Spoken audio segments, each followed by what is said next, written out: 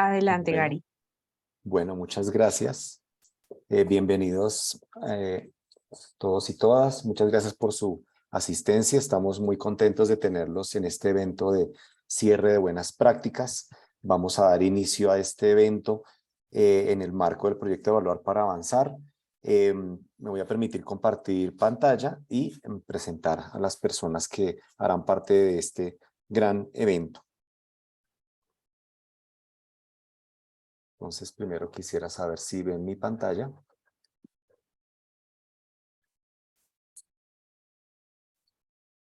Estamos bien.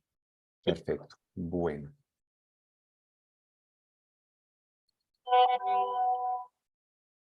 Perfecto. Bueno, muchas gracias. Nuevamente es un gusto para nosotros desde el Ministerio de Educación Nacional y la Universidad de los Andes, desde la macrorregión 2 de este proyecto de Valor para Avanzar, que da por cierre con un evento que tiene como propósito socializar las buenas prácticas en todo este fomento de la cultura de la evaluación y la construcción de planes de fortalecimiento académico y pedagógico y rutas para el acompañamiento en esa misma dirección.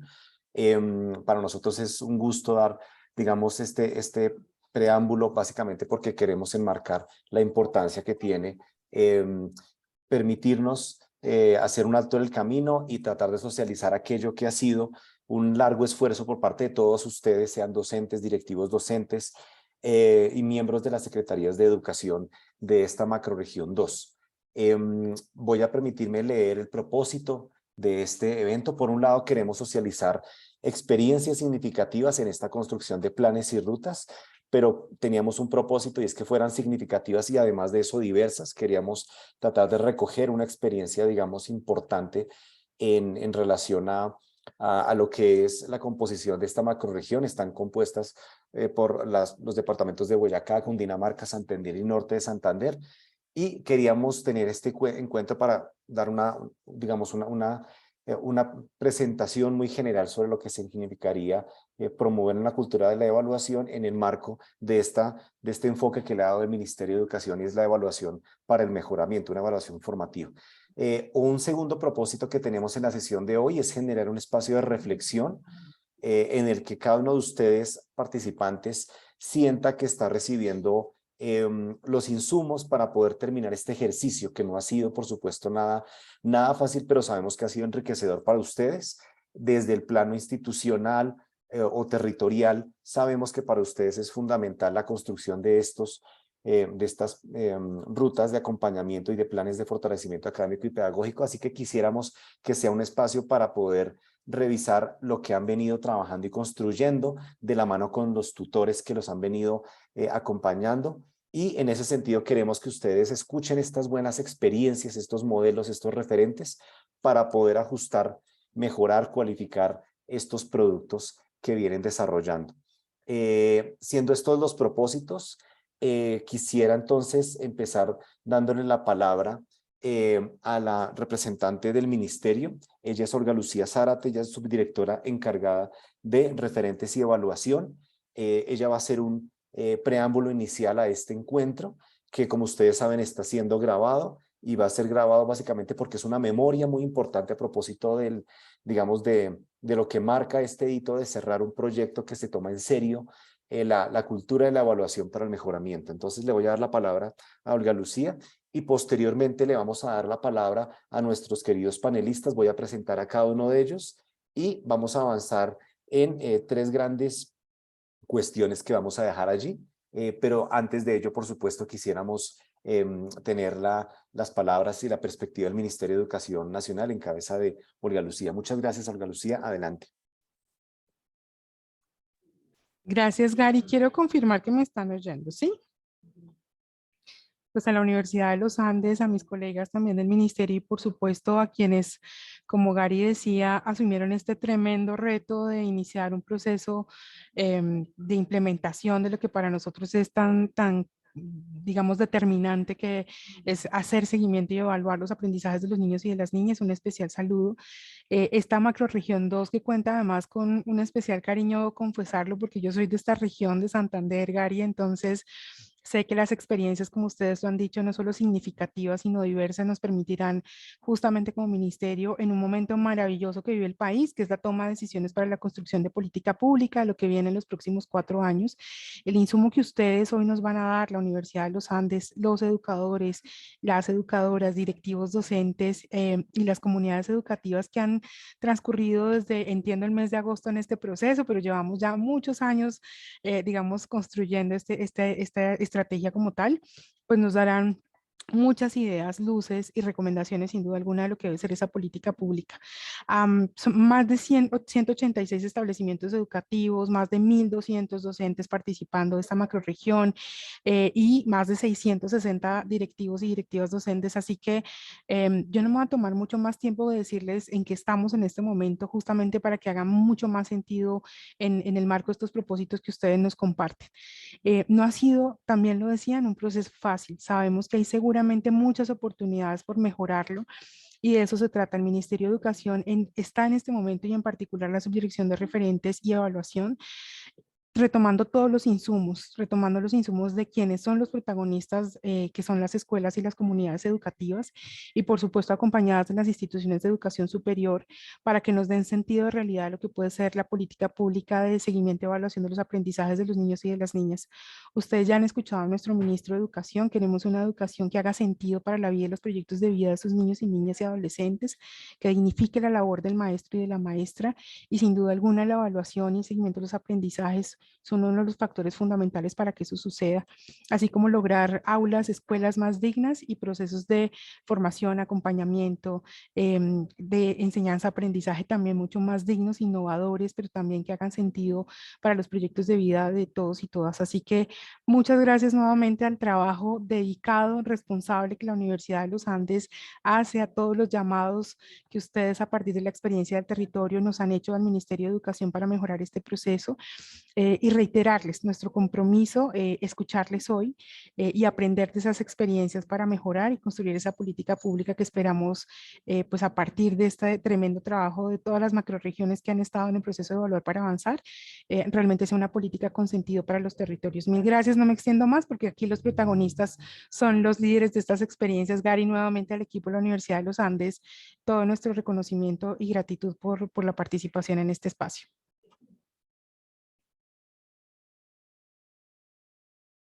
Pues muchísimas gracias, Olga. Agradecemos mucho tus palabras, sobre todo porque es importante enmarcar esto desde los esfuerzos estatales y yo creo que es muy importante saber que desde la dirección de referentes y evaluación hay, digamos, un norte y una visión que va a continuarse con el actual gobierno que inicia su periodo. Entonces tenemos mucha esperanza en que esto va a poder continuarse con la visión que se le ha dado. Así que agradecemos mucho tus palabras, Olga Lucía. Yo me voy a permitir ahora, para avanzar y ganar tiempo, como bien lo decías tú, los grandes protagonistas acá son los participantes, los maestros de las regiones, los directivos docentes, por supuesto, de las mismas y los miembros de las secretarías de educación. Me voy a permitir entonces pues, presentar la dinámica del trabajo que vamos a realizar, no sin antes presentar al equipo de la macrorregión 2 desde la Universidad de los Andes. Tenemos a Fernando como el asesor regional, Fernando Salazar, Nicolás Aguilar, coordinador del proyecto, y nuestras asesoras, por supuesto, están Catherine, está Denise y están Silvia, que han venido acompañando a los tutores que nos han venido asesorando a ustedes, haciendo el acompañamiento durante estos meses de trabajo intenso. Con el equipo de trabajo que acabo de mencionar, el coordinador asesor regional y las asesoras, está también el equipo de educación continua de la Universidad de los Andes, en cabeza de Jimena López, y nos acompaña también Mario en toda la logística para la transmisión de este evento. Entonces, lo que quisiera ahora, bueno, y quien nos acompaña, Gary Cifuentes, soy el líder académico del proyecto desde la Universidad de los Andes. Me interesa ahora que podamos explicar un poco la dinámica y vamos a plantear tres grandes momentos que se componen de preguntas que son, digamos, gatilladoras de reflexión. Cada una de las personas que va a contestar estas preguntas va a ser una reflexión desde su rol, sea como docente, directivo, docente o miembro de la Secretaría de Educación. Y estas preguntas obviamente las vamos a poner allí en la pantalla para que ustedes, participantes, puedan tenerla allí siempre, y vamos a utilizar de manera muy intensiva el chat. El chat va a ser nuestro mecanismo de participación y de comunicación para que ustedes sientan que están conectados con la dinámica, con el proceso, por supuesto, de reflexionar sobre nuestros planes y rutas. Es lo que queremos, que sea un evento, como ustedes ven acá, en el cual no solamente escuchamos a alguien que va a hablar y nos va a contar una buena práctica, una buena experiencia, sino que todo el tiempo estamos haciendo una autoevaluación, una revisión crítica, formativa para el mejoramiento de nuestros planes. En otras palabras, cuando yo voy a escuchar estas 6 experiencias, estos 6 maravillosos panelistas que tenemos hoy, al mismo tiempo vamos a estar revisando nuestros planes y rutas para poderlos cualificar. Y ese de hecho va a ser el propósito y el norte de la siguiente reunión que ustedes tengan con sus tutores, y es reflexionar a partir de lo que dijimos en el evento de hoy. El evento de hoy no marca el cierre total, el evento realmente cierra cuando ustedes se reúnen con sus tutores para poder dar cierre y reflexionar sobre cómo podemos mejorar esta construcción de planes y rutas de acompañamiento. Bien, en esa medida, pues quiero ahora presentar a nuestros 6 panelistas. El primero de ellos es Rebeca Isabel Arias Maldonado. Ella es docente del establecimiento educativo José Cayetano Vázquez del municipio de Ciénaga en Boyacá. Ella es licenciada en Ciencias Sociales, especialista en Gerencia Educativa y magíster en Educación. Doris Andrea Mesa Merchán, ella es docente del área de Ciencias Sociales en la Institución Educativa Técnica Ramón Ignacio Abella, licenciada en Filosofía, estudiante del programa de Maestría en Educación de la UPTC, y también se desempeña como docente investigadora de la Red de Filosofía de Infancia de Boyacá. Por otro lado, nos acompaña Oscar Aldana Martínez. Él es directivo docente del establecimiento educativo Julio Pérez Ferrero de Cúcuta desde hace más de 10 años y es licenciado en Biología y Química, especialista en Derecho Ambiental y magíster en Gerencia Educacional. Por otro lado, Gerson Adriano Rincón Álvarez, que es coordinador en el establecimiento educativo Rafael Uribe Uribe de Cúcuta. Cuenta con más de 23 años de experiencia y es licenciado en Matemáticas y Computación y magíster en Neuropsicología y Educación, y actualmente doctorando en Estadística e Investigación. Por otro lado está Marta Ligia Agames, licenciada en Psicopedagogía de la Universidad Corporación Universitaria de la Costa, especialista en Planeación Educativa de la Universidad Javeriana y actualmente maestrante en Educación. Y por último están Leni Saray Sánchez, licenciada en Pedagogía Infantil, especialista en Gerencia Educativa; Nancy Arlet Hernández, profesional en desarrollo, en Administración de Empresas, especialista en Proyectos de Desarrollo, y quien va a estar en cabeza y hablando con la vocería de este equipo, Adriana Díaz Moreno, profesional en Ciencia Política, especialista en Análisis de Políticas Públicas. Como ustedes ven, hemos tratado de seleccionar panelistas que tengan digamos, una voz desde las diferentes regiones del país que componen esta macroregión, más bien de los 4 departamentos. Y lo que quisiéramos ahora es darles la palabra para que ellos tengan la oportunidad de abordar 3 grandes preguntas que vamos a ir planteando, y que de nuevo los invito a que en el chat puedan ustedes participantes pronunciarse. Es decir, queremos que ustedes también tengan voz, y lo que vamos a hacer es que cada una de las asesoras, Denise, Catherine y Silvia, va a moderar, o más bien va a hacer una selección de las respuestas que ustedes nos den allí para poder traer la voz de ustedes, todos los participantes que nos acompañan el día de hoy. Sin más preámbulos, voy a empezar con la primera pregunta y se la voy a formular a los 6 panelistas. ¿Cuáles son las brechas de aprendizaje que ha identificado en su área, grado, establecimiento educativo o territorio, y cómo las ha identificado? Le voy a dar la palabra a cada uno de los panelistas rápidamente. Vamos a tener 18 minutos para esta primera pregunta, y luego de revisar las preguntas del chat, vamos a pasar unos cortos, unos videoclips de algunas experiencias que también queríamos que tuviesen visibilidad el día de hoy. Entonces, adelante, Rebeca. Bueno, muy buenas tardes para todas las personas que hoy nos están viendo, a las instituciones educativas que se conectan y por supuesto a la Universidad de los Andes con el trabajo que han venido desarrollando desde las pruebas de evaluar para avanzar. Y creo que vamos al centro de la pregunta, y es, ¿cuáles son las brechas de aprendizaje identificadas dentro del aula de clase? Yo pienso que hay 2 momentos importantes que tenemos que visualizar y optimizar. Miren, está el momento de pandemia y el momento post-pandemia.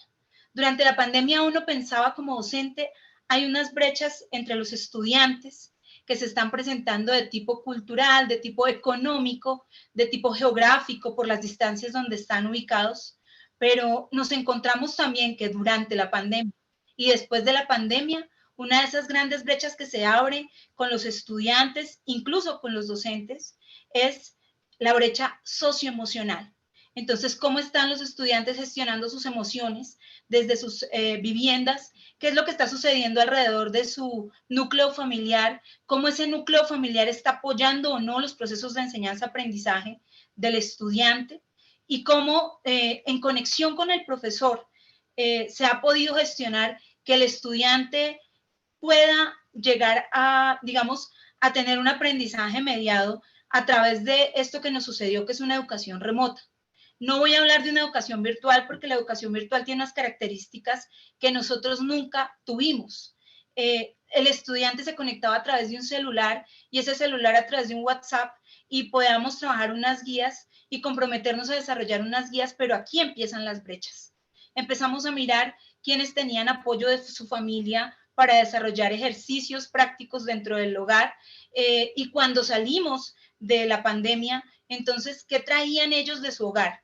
Y empezamos a darnos cuenta que los estudiantes desaprendieron, básicamente es la palabra, que no estaban teniendo constancia en su ejercicio educativo porque realmente no era lo que estábamos haciendo con gran calidad porque no se podía. Una brecha importante, el hecho de que el estudiante de la ruralidad junto con el estudiante de la parte urbana, yo me muevo o transito en los dos lugares, el estudiante de la ruralidad tenía menos acceso a internet que el estudiante de la parte urbana y todavía sigue siendo una brecha. No ha cambiado, no se ha modificado eso. También el estudiante en sus condiciones socioeconómicas y geográficas nos muestra que no tiene la capacidad, por ejemplo, económica para tener el mismo material que tienen otros y poder desarrollar los ejercicios como se venían planteando en las instituciones educativas.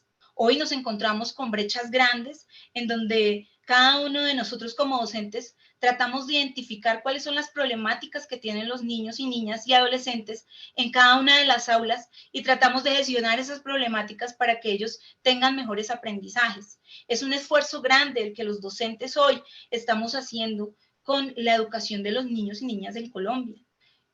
Algo que tocaba la vocera del Ministerio de Educación es cuáles son las condiciones dignas que debe tener un docente y un estudiante para que no sean esas brechas, y es que las condiciones dignas no existen. Empezamos porque no hay servicio de alimentación escolar, porque hay aulas que les faltan muchísimas cosas que pudieran mejorar esos aprendizajes y que pudieran mejorar las prácticas pedagógicas de los docentes.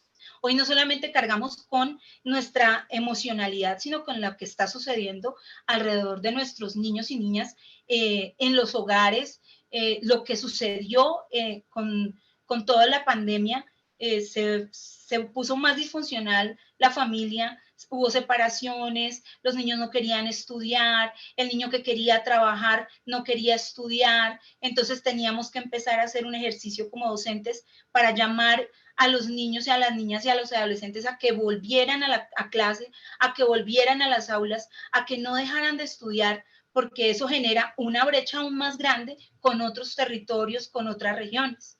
Entonces, para Boyacá fue un gran reto, sobre todo para Ciénega, la institución educativa José Cayetano Vázquez, mantener a todos nuestros niños conectados, pendientes de las clases, estar ahí buscando las mejores estrategias para mejorar los momentos en que estamos haciendo una enseñanza-aprendizaje basada en unos conocimientos remotos que les estamos enviando a través de unas guías de trabajo. Y hoy, cuando estamos ya en el aula, en la presencialidad, nos encontramos con que esas brechas siguen siendo muy significativas, que no las hemos podido de alguna manera cerrar, no hemos podido lograr ese cierre de brecha porque no existen las condiciones dignas de las que hablaba la vocera del Ministerio de Educación. Y esas condiciones dignas nos las tiene que generar el Estado, nos las tiene que dar el gobierno a nosotros, para que nosotros podamos trabajar, potenciar los aprendizajes de nuestros niños, niñas y jóvenes en Colombia. Muchas gracias. Muy interesante. Muchas gracias, Rebeca.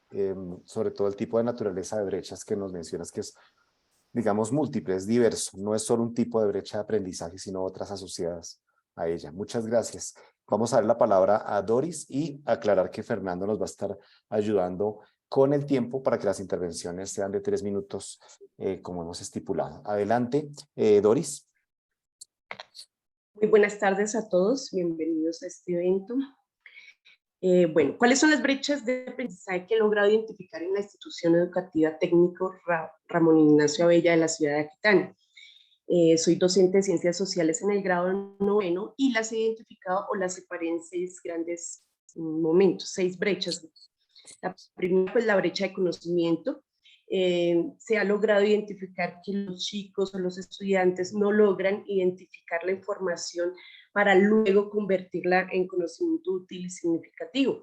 En el caso de competencias ciudadanas, que sabemos que uno de los propósitos es que se logre evaluar un conjunto de habilidades, conocimientos y actitudes que estén relacionados con el ejercicio consciente y responsable de la ciudadanía desde un ámbito tanto social como político dentro de una perspectiva de derechos. Entonces, por ejemplo, conocimiento útil que se necesita es, por ejemplo, que si el chico logra establecer como algo tan sencillo cuáles son sus derechos, ¿sí? Como ciudadano, cuáles son sus deberes, cuándo se están vulnerando, y para saber cuándo se están vulnerando, pues por lo menos mantener un conocimiento mínimo. Otra brecha que se ha logrado identificar a partir de los instrumentos de evaluar para avanzar es la brecha de la habilidad. En el caso de noveno, hay una habilidad que es necesaria trabajar con los chicos y es la de argumentación, ¿sí? Entonces no se logra desarrollar una habilidad para examinar los argumentos, ¿sí? Y esta está muy unida con algo que está evaluando, se evalúa aquí, que es el multiperspectivismo, ¿sí? Es la habilidad para desarrollar para abordar un problema, una situación, un conflicto, desde un problema social. Entonces los chicos no logran establecer o identificar esas situaciones porque no se lleva a la práctica, ¿sí? O no se trabaja en la práctica esas situaciones. Entonces sí es necesario complementar un aprendizaje más significativo, como lo decía, no solamente que el conocimiento quede allí, sino se lleve al campo de acción. Otra brecha que logré identificar es la brecha de motivación. Tenemos una población donde hay varios problemas, como problemas, los chicos desde temprana edad están trabajando, porque en el municipio somos una población de trabajadores pues en la tierra, en la agricultura, y pues los chicos muchas veces se alejan de su proceso de aprendizaje, ¿sí? Y pues la motivación no encuentran sentido y significado, como lo que vengo diciendo en las prácticas de trabajo en el aula. Entonces no hay una falta de interés por encontrar en el tema, ¿sí? O sea, encontrar relación entre el tema y el contexto en el que ellos se encuentran, y por ello pues el aprendizaje no logran avanzar con su aprendizaje. Otra brecha que he logrado identificar es la brecha de hábitos. Culturalmente, en algunos estudiantes no se tiene como ese amor hacia el estudio y por ende no hay unos hábitos de estudio, unos hábitos de planeación, de organización que les permita a ellos pues encontrar un proceso, o sea, un proceso como no sé, más significativo para ellos. Entonces sí es necesario comenzar un proceso de desaprender ciertos hábitos que no les permiten a ellos centrarse en su proceso, y pues que tomen fuerza. Es como volver a reinventarlos, ¿sí? Yo siento que necesitamos trabajar eso en el aula, tanto todos los actores que estamos dentro de ella. Otra brecha que siento que es muy fuerte es la brecha del ambiente, ¿sí? Y ahí en esa brecha del ambiente es como se da ese proceso entre la cultura y el contexto en que ellos se encuentran, ¿sí? Cómo se dan permiso de estar inmersos dentro de ese espacio cultural y cómo ponen en juego tanto esas habilidades, esos conocimientos, y empiezan a encontrar una participación más democrática en su contexto social, en su familia, en el trabajo mismo, porque ya desempeñan trabajo, qué relaciones se establecen con otras personas de la comunidad, ¿sí? Y cómo ellos son partícipes y llevan a cabo, por ejemplo, esos mecanismos de participación para la restauración de sus derechos. Brechas también del ambiente, pues digamos que en la institución sabemos pues que hace falta un apoyo grandísimo desde la infraestructura como de las tecnologías, pues para hacer que los procesos sean más dinámicos, lúdicos, didácticos, también espacios de cuestionamiento, foros, ¿sí? Donde se permita convocarnos, encontrarnos entre todos pues para participar de una manera más amena y pues que se lleve en acción los conocimientos que se van trabajando. Y por último, una brecha de comunicación, ¿sí? A veces no somos claros, tanto docentes o las personas que influyen dentro de las dinámicas educativas del chico, y no hay claridad en los objetivos que se plantean del trabajo con los chicos, y por ende ellos no encuentran no encuentran como que la información les puede ser útiles, ¿sí? Y tanto los materiales que se utilizan pues a veces no se renuevan y terminan haciendo que no se comprendan esas dinámicas de interacción de enseñanza y aprendizaje en los ambientes educativos. Entonces esas son como a grandes rasgos las brechas que he logrado identificar. Perfecto, muchas gracias, Doris. Bueno, son seis tipos de brechas que mencionas. Recuerden ustedes que esto está siendo grabado, es un material que todos los participantes pueden después acceder al mismo, y todas estas experiencias, todo el material y las reflexiones que nos dan los panelistas pueden ayudarles a ustedes a revisar y a confrontar su trabajo, identificar unas buenas categorías como estas 6 que nos da Doris cuando está tratando de tipificar, tipologizar estas brechas y los diferentes alcances que tienen las mismas, ¿cierto? Cada una tiene efectos diferentes y proviene de lugares distintos. Muchas gracias, Doris, por eso. Siguiente, vamos a dar la palabra ahora a Oscar. Sí, gracias, Gary. En relación a las brechas, bueno, ya Rebeca y Andrea nos ilustraron ampliamente con lo que ellas han detectado. Nosotros coincidimos en esos aspectos en la ciudad de San José de Cúcuta y en la institución educativa Julio Pérez Ferrero. Hemos visto algunas que pudiera mencionar, aparte de lo que ya han descrito. Una primera es competencias básicas. Encontramos una gran falencia en los procesos de lectura, en los procesos de competencias para resolver desafíos cuantitativos, porque no es la matemática en sí, sino la capacidad de resolver problemas. Y eso pues no es nada nuevo, porque ya hace muchos años Julián de Zuviría venía hablando de la baja capacidad lectora que había en Colombia, pero eso se exacerbó en condiciones de pandemia. Observamos que hay una grave dificultad en los procesos lectores, y si no se sabe leer, pues tampoco se sabe componer o estructurar una ecuación matemática o un problema a resolver. Eso se ha podido observar no solamente en evaluar para avanzar, sino en prácticas pedagógicas que tenemos, por ejemplo, las Olimpiadas Matemáticas. Desde el año pasado que nos le medimos a hacer unas Olimpiadas Matemáticas presenciales, observamos que había ya una disminución notable en los resultados desde lo cuantitativo en nuestros estudiantes. A eso agreguémosle el tema de que ya se observaban dificultades en cuanto a la comprensión.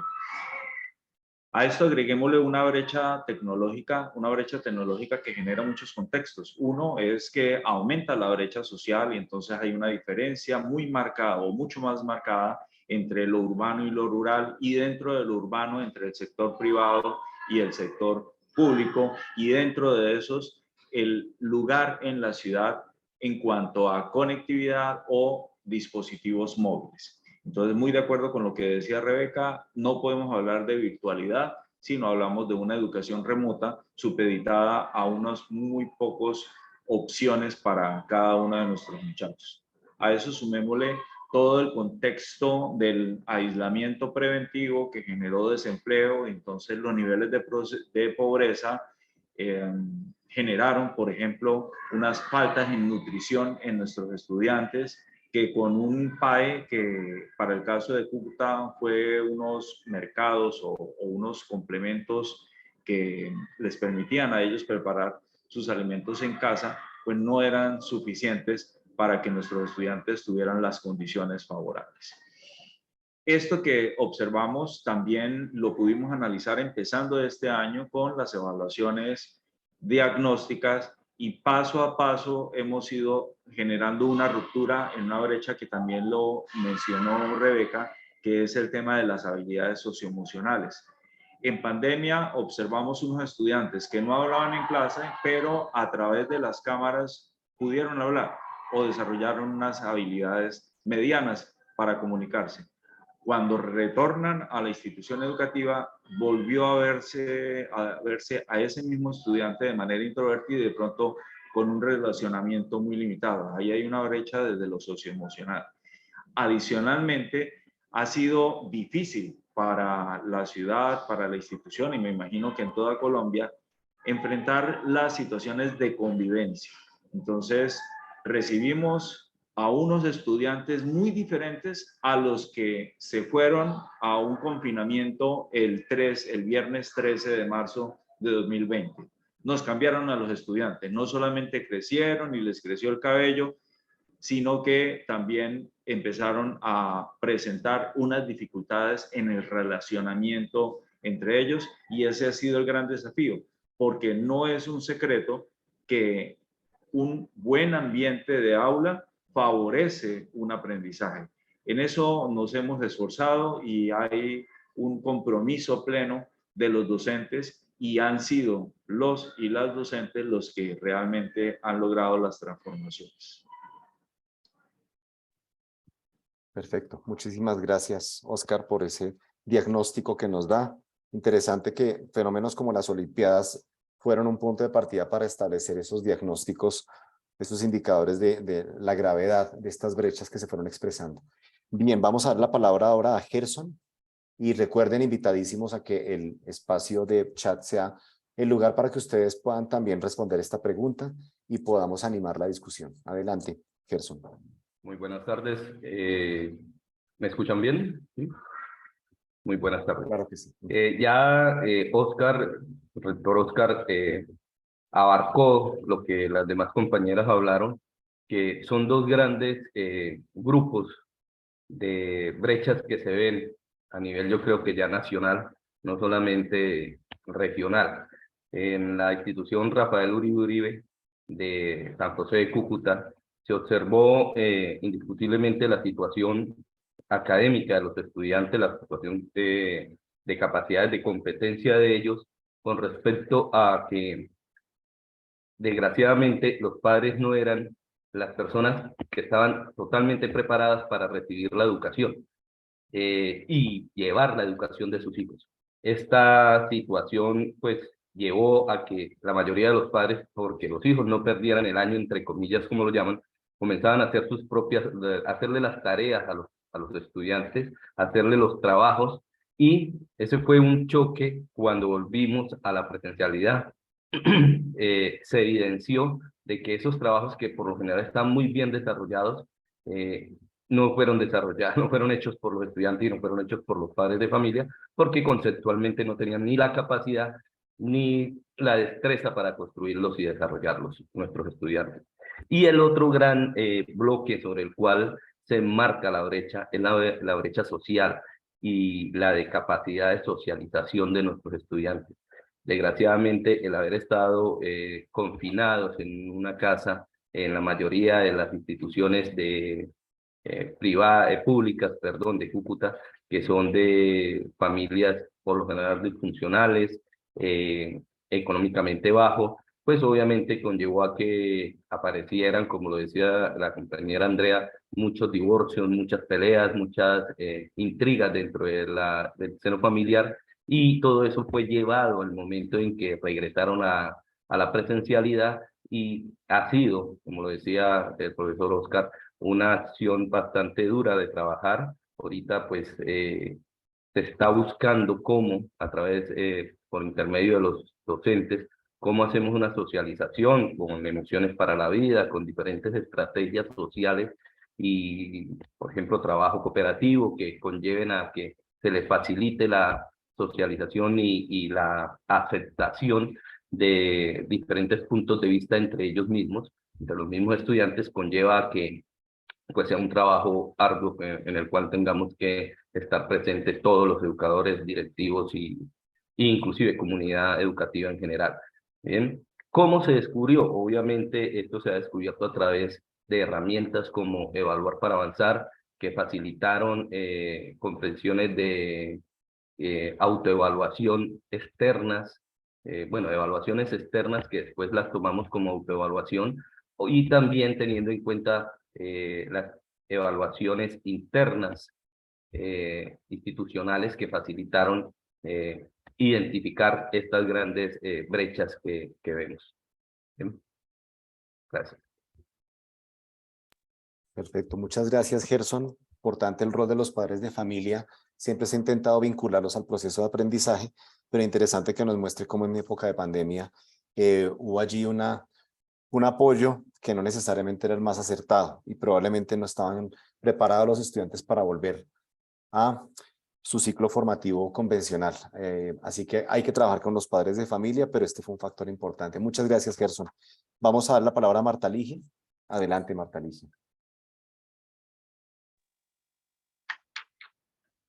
Muy buenas tardes. Profesional universitaria del municipio de Girón, de la Secretaría de Educación de Girón, del equipo de calidad. Bueno, las brechas que hemos encontrado desde el equipo y la reflexión con los líderes de la Secretaría de Educación se dio igualmente en las condiciones del territorio, del sector privado y del sector oficial. Los resultados de las pruebas de estado se podían evidenciar, donde efectivamente los estudiantes no tenían las mismas condiciones de acceso a la información. Entonces aquí vimos tres momentos: antes de la pandemia, durante la pandemia y después de la pandemia. Encontramos que la educación venía a un ritmo en unas condiciones, digamos, sociales, familiares, económicas, y que las personas y los directivos y las familias están condicionadas a ello, se ven abocados a un aislamiento y se encuentran con que hay unas condiciones en las que se requiere el acceso a la tecnología y trabajar desde la casa, desde la parte remota. Generó que muchos de los estudiantes no contaban con los dispositivos para conectarse al momento de las explicaciones y las orientaciones de sus docentes. Por otra parte, no siempre tenían acceso a las guías en el caso del sector rural, quienes establecieron pues estrategias para que los estudiantes desde los grupos de WhatsApp, desde los correos electrónicos, desde diferentes plataformas para que accedieran, pero tenían mayor acceso los estudiantes que tenían el internet, el servicio de internet, tenían dispositivos. Los que tenían menos acceso, pues por no tener los dispositivos o las condiciones socioeconómicas para acceder allí. Muchos de los estudiantes también, especialmente los de bachillerato, se vieron abocados a contribuir en la economía del hogar, porque pues las circunstancias en las que se encontraban sus familias dieron para que ellos empezaran a contribuir. Otro aspecto bien importante que se tendría que revisar son los proyectos de vida, su condición socioeconómica, en la que influyen la motivación, sus intereses y las proyecciones del mundo, y cómo ellos pueden ir construyendo su proyecto, su historia. A nivel de secretaría también tuvimos la oportunidad de revisar las competencias lectoras. El Ministerio de Educación Nacional presentó un diagnóstico de las bibliotecas escolares entre el año 2019 y 2020, donde brindaban las orientaciones de cómo mejorar las competencias lectoras a partir de mejorar los materiales, los recursos educativos, actividades a nivel de los docentes, formación docente, encontrando pues que se requiere que haya una mejor condición para que se den estos procesos lectores. y uno es la institucionalización de los PILEO. Otra brecha que se encontró fue el desarrollo de las competencias en inglés, que es competencias comunicativas que tenían que trabajar los estudiantes, que por supuesto se ven limitadas por las condiciones de algunas instituciones educativas en la parte de lectora y en el uso del lenguaje del inglés. Otra de las brechas que nosotros encontramos fue el desarrollo de las competencias matemáticas. En el abordaje de esta área encontramos que los estudiantes tienen dificultades significativas al momento de resolver situaciones en las que implican procesos de abstracción, transformación de la información, en la parte cuantitativa y esquemática. Que se evidencia algunos materiales o insumos con los que no cuentan las aulas, formación docente en las nuevas formas o metodologías para abordar esta asignatura. También otra brecha educativa que ha sido significativa ha sido la parte de desarrollo socioemocional en los estudiantes. Pues si bien es cierto que en la pandemia ellos estuvieron en 2 periodos escolares prácticamente en casa, no tuvieron la oportunidad de compartir con sus pares, con sus compañeros, y esa parte social, esa parte de encontrarse con el par, se vio bastante afectada al momento de que ellos regresan o retornan a las clases. De allí que también se generan las alianzas con las secretarías de salud, con las redes de apoyo, y se establecen las rutas de atención de las comunidades. ¿Dónde encontramos la evidencia de ello? Pues en los resultados de las pruebas saber, en las pruebas que se realizaron en las pruebas de evaluar para avanzar, en la prueba 3, 5, 7 y 9, y por supuesto en los diferentes indicadores que se trabajan de la Secretaría de Educación. Perfecto, Marta. Muchas gracias. Muchas gracias, muy bien. Bueno, vamos por tiempo a agilizar, vamos a terminar con la intervención de Adriana y en adelante Fernando va a mencionar a través del micrófono que active cuando les quede 1 minuto, ¿vale? Entonces, adelante Adriana, tienes la palabra. Hola, buenas tardes. Hola. Bueno, en el caso de la Secretaría de Educación de Chía, en el municipio de Chía, nosotros identificamos varios factores que tienen que ver con esas brechas de aprendizaje en nuestros estudiantes. Y son brechas que en el caso del municipio... Sí, adelante, tranquila. Sí. En el caso del municipio son muchísimo más marcadas entre el sector oficial y el sector privado. Identificamos una brecha significativa que tenía que ver con la necesidad de planificar y documentar las experiencias del aula que hacen apuestas significativas sobre la transformación de las prácticas pedagógicas y de las prácticas evaluativas, ¿sí? Entonces, encontramos que muchas de las experiencias de aula, muchos de los docentes que estaban dispuestos a transformar sus procesos de enseñanza-aprendizaje, lo hacían de forma aislada en sus aulas. Entonces la pandemia les dio de alguna manera herramientas para poder desarrollar estas experiencias, pero fueron experiencias del docente, que se quedaron en una transformación entre el docente y sus estudiantes y que no lograron traspasar o llegar por lo menos a institucionalizarse dentro de sus instituciones educativas. O sea, no llegaron a transformar los proyectos educativos institucionales, sino que se quedaron simplemente ahí. Eso también está ligado a una de las brechas que nosotros logramos identificar durante este proceso, y es la resistencia al cambio en la comunidad educativa.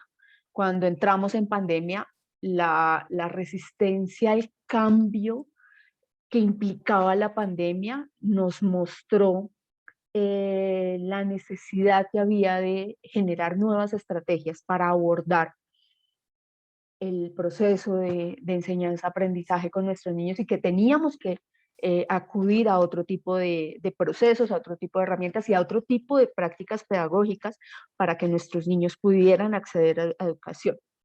Esto obviamente se reflejó en unas tasas de repitencia, en unas tasas de deserción que incrementaron posterior a la pandemia en el municipio, que además tienen una diferencia muy marcada entre el sector oficial. O sea, tenemos unas tasas de repitencia en el sector oficial muy cercanas al 14%, frente a unas tasas de repitencia del sector privado que no llegan al 2%. ¿Sí? 30 segundos. Vale, y en eso pues simplemente quería hablar que eso está ligado mucho a lo que han planteado algunos de los ponentes acá, que tiene que ver con factores sociales, familiares, que ya se han mencionado, pero también con la necesidad de generar prácticas innovadoras y que sean planificadas y organizadas y que logren institucionalizarse. Muchas gracias Adriana, muy interesante, además una perspectiva sistémica, las brechas se dicen de parte de los estudiantes, pero también desde la institucionalidad que se resiste al cambio y desde los maestros que también tendremos el reto de desarrollar competencias para documentar, planificar mucho mejor lo que nos ocurre en el aula. Esto es un llamado muy interesante a lo que ocurre también del lado de la institución, la organización, los maestros, etc. Bien, vamos a darle ahora la palabra a un videoclip corto sobre los docentes y después del videoclip vamos a hacer una breve mención a las preguntas, más bien a la respuesta que ustedes han venido dando a través del chat. Mario, adelante. ¿Ustedes ven el video o creo que todavía no? Lo vemos, Sí, pero el audio hay que activarlo. Ah, perfecto. Logrando así mejorar los procesos de enseñanza y la puesta en común de estrategias de nivelación. A partir del análisis de los diferentes instrumentos de evaluación, se ha logrado identificar el nivel de desarrollo de las competencias en los estudiantes y así diseñar planes de mejoramiento a través de diversas estrategias metodológicas. Uno de los aspectos más importantes que ha permitido la disminución de la brecha de aprendizaje ha sido la incorporación de la estrategia STEAM a través del desarrollo de habilidades tecnológicas empleando el pensamiento computacional y la programación. Gracias al enfoque educativo STEAM se han incluido habilidades de pensamiento tecnológico, diseño, pensamiento computacional, pensamiento crítico y sistémico, lo cual ha ayudado a que la práctica educativa se caracterice por la integración curricular, el aprendizaje activo, colaborativo, contextual y expandido, generando así una nueva experiencia de calidad.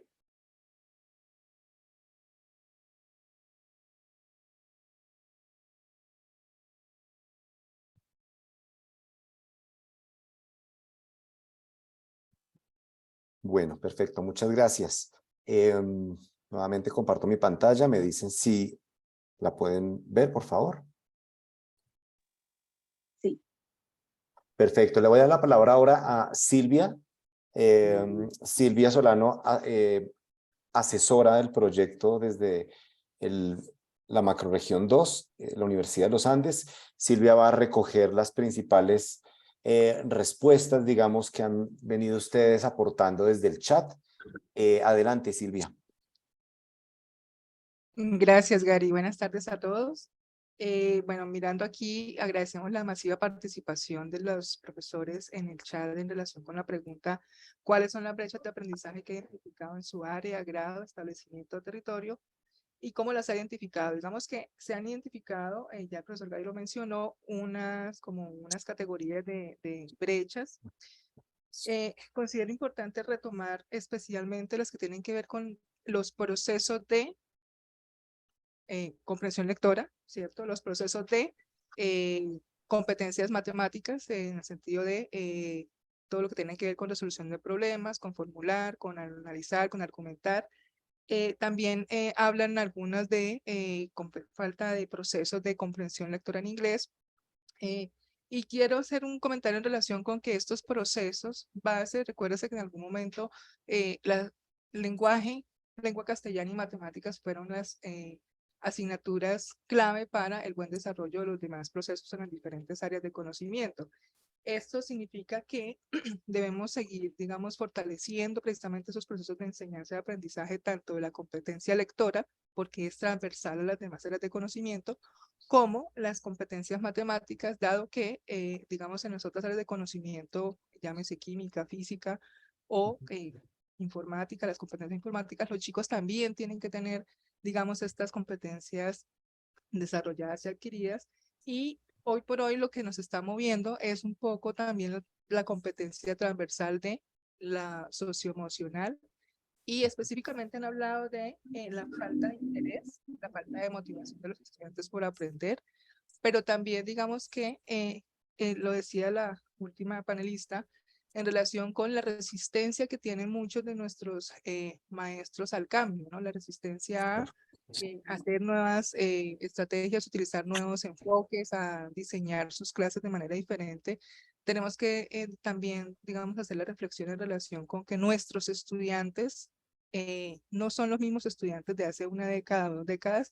Nuestros chicos y chicas hoy por hoy están súper bombardeados de información, porque están súper, hiper, mega conectados con un montón de herramientas tecnológicas que hacen que los chicos pues lograr su atención y su motivación en una clase que yo vengo haciendo desde hace 20 años, la misma clase, pues es claro que la motivación de nuestros chicos por aprender pues va a ir cada día más en decadencia. Ellos no van a querer estar en una clase que no motiva, que no interesa y que finalmente no les llama la atención. Por eso aquí pienso que el momento es, ¿para qué hacer un plan de fortalecimiento académico y pedagógico? Yo insistía mucho a mis tutores en que no era una lista más de actividades para que el chico haga en clase, sino es repensarnos todo nuestro proceso de práctica pedagógica, todo lo que nosotros hacemos cuando nos sentamos a diseñar una clase, cuando vamos al acto de hacer la clase, cuando evaluamos y vemos que nuestros estudiantes están teniendo bajo rendimiento, no están logrando las expectativas que estamos planteando, pues es claro que tenemos que hacer este proceso de reflexión en relación con lo que yo planteé, con lo que yo planeé, y por qué al final no se vio o no se lograron los objetivos que yo esperaba que mis estudiantes alcanzaran. Entonces es una reflexión y una invitación también a los profes de que estos planes de fortalecimiento no es una actividad más, no es una tarea más, sino es un ejercicio consciente de mirar la coherencia entre lo que yo planeo, entre lo que yo ejecuto en mi clase y en las formas de prever cómo puedo cambiar mi práctica, motivar a los estudiantes y finalmente ofrecerle oportunidades a los estudiantes para que aprendan la asignatura que esté yo enseñando.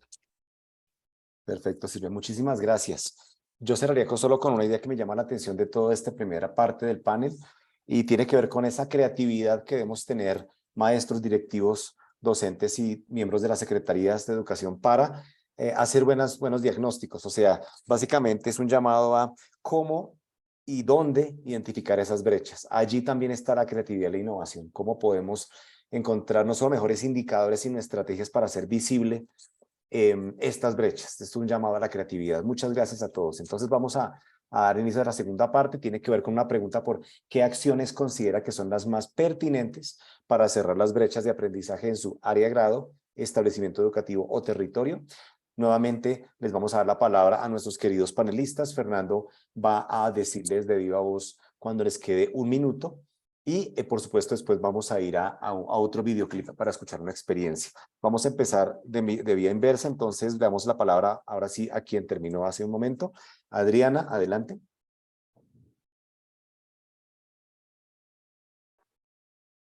Bueno, frente a las acciones que nos permitirían ya desde esta perspectiva cerrar las brechas que hemos identificado en el municipio de Chía, consideramos que hay 4 acciones fundamentales en las que vamos a centrar nuestro plan de acompañamiento y fortalecimiento.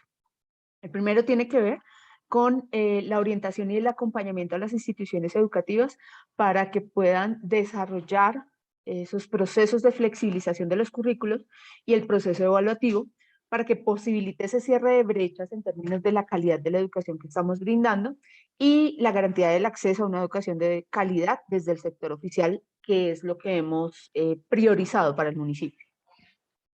La segunda es la consolidación de una revista que lanzamos este año, que es la revista Shuko Capco, que pretende incentivar en los docentes y motivar a los docentes a documentar en las prácticas que han desarrollado en sus aulas, los procesos de investigación que han desarrollado en sus aulas, pero también a sistematizarlo y a darle mayor profundidad, de forma tal que pueda ser replicado por otros agentes educativos en el municipio y por otros entes territoriales. Y esto está muy ligado a una tercera acción que tiene que ver con el fortalecimiento y la ampliación de las redes de actores en el marco de una iniciativa que hemos venido desarrollando en el municipio de Chía, y es un proceso de articulación con el instituto, el IDEP en Bogotá, que tiene que ver con investigación y prácticas pedagógicas, y con la Secretaría de Educación, que nos ha permitido fortalecer esas estrategias frente a cómo visibilizamos y cómo incentivamos en los docentes y en los directivos docentes la posibilidad de documentar, de investigar y de darle continuidad a estos procesos que están desarrollando en las aulas. Por último, consideramos importante la necesidad de planificar todo este ejercicio a través de nuestros planes de mejoramiento institucional. Y es que todo esto que estamos desarrollando tiene una trascendencia más allá de lo que hacemos en el aula, y para eso consideramos importante estrategias muchísimo más intensas frente a la construcción, el seguimiento y la evaluación que hacemos de los planes de mejoramiento institucional en nuestras instituciones educativas en todos los componentes. Excelente, muchas gracias, Adriana. De nuevo, todos los participantes súper receptivos, tomando nota, viendo cómo todas estas ideas tan interesantes, en este caso de acciones pertinentes para planes y rutas, nos pueden ayudar a fortalecer nuestro producto de trabajo. Estamos en modo escucha atenta y en escuchar básicamente para mejorar lo que estamos haciendo. Después nos aclaras el nombre de la revista, Adriana, no la capté, pero muy interesante porque allí estás hablando de sistematizar, de documentar, tan importante en nuestro contexto. Bueno, Marta Ligia, adelante. Bueno, desde la Secretaría de Educación del municipio de Girón se han establecido varias estrategias. Una es hacer un ejercicio de planificación frente a las asistencias técnicas que se hacen en las instituciones educativas. Otra de las acciones es consolidar el trabajo en equipo con los docentes PTA, los directivos docentes en las instituciones educativas, haciendo seguimiento de los indicadores. Otro ejercicio es generar los espacios de reflexión pedagógica en revisión de los programas pedagógicos de educación inicial, los planes y áreas y mallas curriculares, mejorando así las trayectorias educativas, disminuyendo la deserción escolar, la repitencia, la reprobación. Fortalecer alianzas con algunas organizaciones que han venido trabajando con la Secretaría de Educación, que es como las cajas de compensación, Cajasan, Confenalco, World Vision, Banco de la República, Cámara de Comercio y algunas universidades como la UIS, la UNAD Condet, y los programas del Ministerio de Educación Nacional.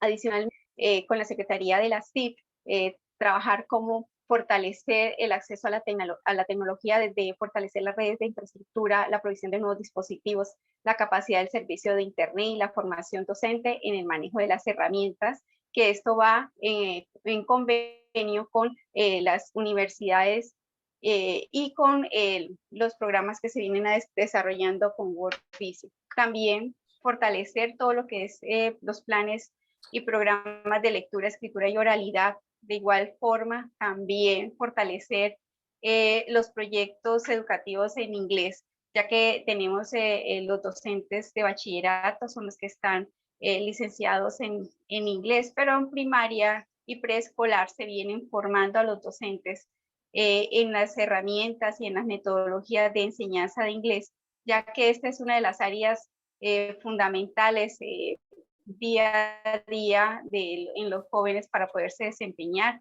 en la parte laboral. Y en el desarrollo de convenios con las universidades para fortalecer esta línea que se requiere que los muchachos desarrollen habilidades lógicas, matemáticas. De esta forma, también desde el equipo de calidad se ha generado una plataforma donde los estudiantes pueden acceder y presentar pruebas y simulacros de las pruebas de estado y empezar a hacer la reflexión con los docentes en torno a las respuestas que se dan. Y de igual forma, con los docentes PTA se ha hecho la revisión de las pruebas de evaluación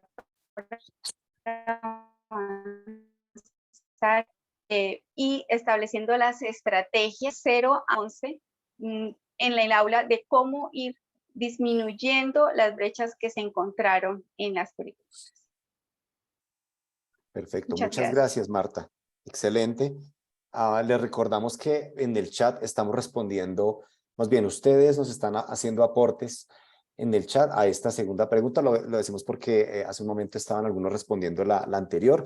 Nos hemos movido del diagnóstico de brechas a la parte más estratégica, táctica y estratégica, y es el plan de acción, las acciones más pertinentes. Estamos allí tratando de recoger ideas para nuestros planes y rutas de la manera, digamos, más activa posible. Muchas gracias, Marta, y ahora le damos la palabra a Gerson. Adelante, Gerson. Gracias. Bueno, principalmente hay que tener presente que quienes están al frente del cañón son los docentes y los directivos docentes, obviamente con la comunidad educativa y los padres de familia, pero principalmente los docentes. Entonces, la idea es que nuestros docentes comiencen a tener una mentalidad de profesionalización de quehacer pedagógico. Tenemos que tener presente eso antes que nada, que nuestros docentes sean conscientes de la necesidad de formarse buscando que esos proyectos que nos ayudan a formar sean permeables en la comunidad educativa, en nuestra institución, que nos facilite traer todas estas diferentes estrategias pedagógicas existentes, nuevas, activas, para que comenzamos a probarlas. ¿Bien? No sabemos si nos sirven o no nos sirven, pero por lo menos estamos intentando hacer un cambio de la tradicionalidad de las clases a algo nuevo que les sea más atractivo a los estudiantes y que conlleve a que se les facilite ese aprendizaje significativo. Bien, principalmente eso. Entonces, a raíz de qué, de estrategias como comunidades de aprendizaje de docentes, de proyectos que vienen muy claros como el proyecto PTA que facilitan la adquisición de nuevas estrategias y nuevas herramientas didácticas entre los docentes para que sean aplicados a sus estudiantes. La transversalidad, o sea, por ejemplo, el aprendizaje basado en problemas, el aprendizaje basado en proyectos, pero transversal en las diferentes áreas para que suceda lo que sucede en la vida real, que una situación problema no se resuelve solamente con suma o solamente con multiplicación, sino que vea que tiene todo un bagaje para poderle dar solución. También es muy importante, y lo decía Adriana hace un momento, la importancia de incentivar a los docentes con respecto a esa investigación, ¿no? Porque ya hay muchos docentes que ya han hecho sus posgrados, ya tienen sus maestrías, ya tienen sus doctorados, pero la idea es que ellos sigan innovando, sigan presentando sus informaciones, sigan creando esos artículos para que les facilite a los demás tener la capacidad de conceptualizar y poder aplicar esa nueva o esas estrategias que han aplicado en otros lugares y las puedan aplicar en las diferentes partes de Colombia y el mundo. Necesitamos eso, pero también necesita que el gobierno comience a incentivar a los educadores de la parte del magisterio, así como lo hacen en las partes universitarias, por su investigación, por su presentación de productos. Y indiscutiblemente la necesidad de tener una evaluación formativa constante y diagnóstica. Bien, una autoformación institucional que facilite entender qué es lo que tenemos bien, qué es lo que tenemos mal y cómo podemos comenzar a trabajar esas fallas o esas cosas que tenemos que mejorar. Bien, gracias. Perfecto, Gerson. De hecho, eso último que menciona tiene que ver con la siguiente pregunta que vamos a hacer sobre el seguimiento y monitoreo. Muy importante eso, tanto como la profesionalización o el desarrollo, la carrera docente, para formarse continuamente. Le damos la palabra ahora a Oscar. Adelante, Oscar.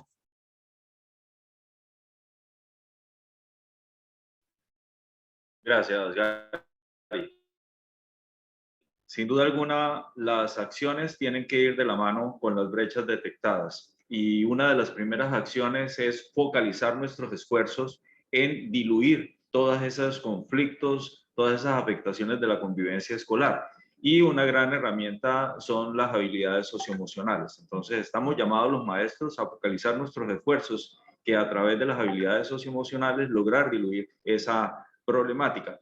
Y en ese sentido, la cooperación internacional acá en la frontera ha sido clave. Tuvimos el acompañamiento del Comité Internacional de Rescate que nos habló de las habilidades CEL y a partir de eso empezamos a darle fuerza a la intención de atender al estudiante primero desde el humano para poder generar un ambiente de aula favorable y con ello pues lograr mayores aprendizajes.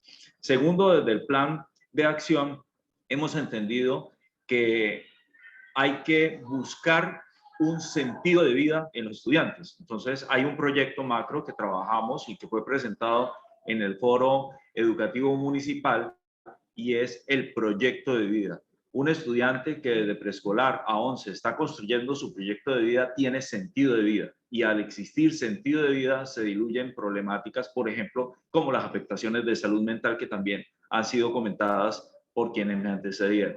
Y tercero, aplicar a partir del enfoque pedagógico que tenemos nosotros, que es el enseñanza para la comprensión, insistir en la necesidad de mejorar los procesos de comprensión de los textos.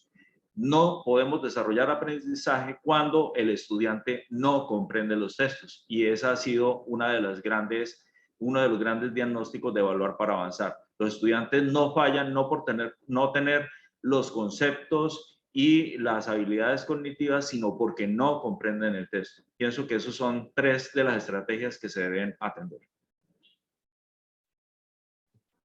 Muy bien, muchas gracias, Oscar. Me parece muy importante esto que menciona sobre leer el contexto donde estamos a propósito del lugar donde ustedes se encuentran y el apoyo de las cooperativas, de la cooperación internacional y los foros educativos municipales son estrategias o más bien entornos, digamos, diferentes de un municipio a otro y yo creo que es interesante lo que mencionan ustedes, o sea, las estrategias que han pensado están situadas en el tipo de actores que circulan en el entorno institucional y territorial. Muchas gracias por ese aporte.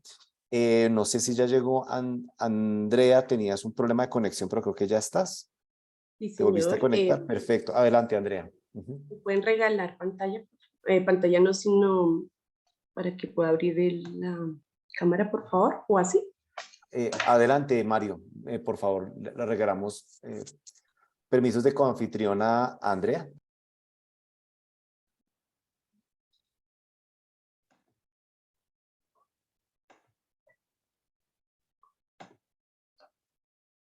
Bueno, igual voy a hablar porque no pude abrir. No. Ya debes poder, Andrea, ¿no? Vuelvo a mirar. No, dice no puede iniciar su video porque lo detuvo. Listo, igual voy a iniciar. Hablando de competencias ciudadanas, ya había enmarcado 6 grandes brechas, entonces pienso que si empezamos a hacer un trabajo interdisciplinar con otras áreas para apostarle a estas competencias ciudadanas, podríamos unir fuerzas y desde todas las disciplinas, pues integrar muchas perspectivas de cómo se asume, por ejemplo, la brecha de conocimiento, ¿sí? Si entre todas las áreas empezamos a hablar, a incentivar el oficio del investigador en los estudiantes, podríamos acercarlos a la información, a identificar información relevante, con, por ejemplo, cómo está configurado el Estado, cuáles son los derechos o cuáles son los mecanismos de participación, y así podríamos hacer que el chico encuentre utilidad y pues el conocimiento sea útil y significativo. 2, la brecha de habilidad.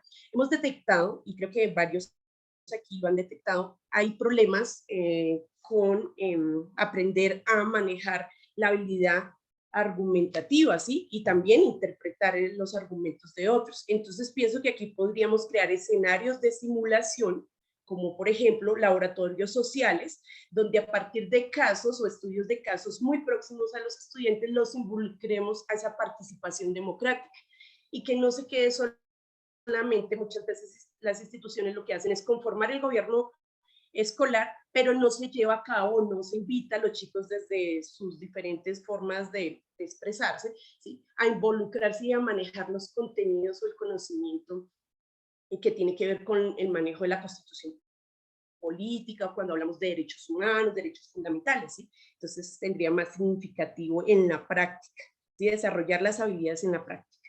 Desde la brecha de motivación, sabemos que algunos estudiantes no tienen cierto interés por el tema, ¿sí? ¿Por qué? Porque no han encontrado la utilidad. Entonces pienso que a partir de una breve explicación de cuál es la utilidad que pueden llevar a cabo con las competencias ciudadanas, ellos encuentren más significado en eso.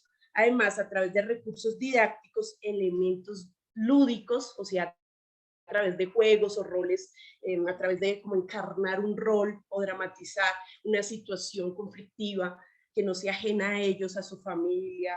De pronto tenemos un problema desde la comunidad, desde el barrio, integrarnos a 30 ellos segundos. podría encontrar la motivación. Gracias. La brecha de hábitos. Sabemos que necesitamos desaprender esos hábitos que no nos permiten entrar en el proceso. Entonces aquí necesitamos empezar a invitar a los chicos y a convocarlos a tomar participación activa en cualquier escenario desde el aula, y sí vale la pena que los chicos se den cuenta que el poder se debe rotar, como por ejemplo la palabra en un salón de clases, rotar la palabra, ¿sí? Y romper con esos discursos hegemónicos que no le permiten al estudiar decir y ser él y nombrar desde qué manera está entendiendo un problema, ¿sí? Y no pasa nada, Perfecto. ¿sí? O sea, como normalizar la participación en clase. Muchas Brechas de gracias. ambiente. Para terminar con las brechas de ambiente, Dale. fortalecer los procesos de lectura y demás con el manejo de las herramientas TIC, pero necesitamos fortalecer esa parte en la institución. Perfecto. Gracias. Muchas gracias, Andrea. Muy generosa tu contribución allí. Muchas gracias. Vamos a dar la palabra ahora a Rebeca y cerramos esta segunda parte para dar lugar al videoclip. Adelante, Rebeca. Listo.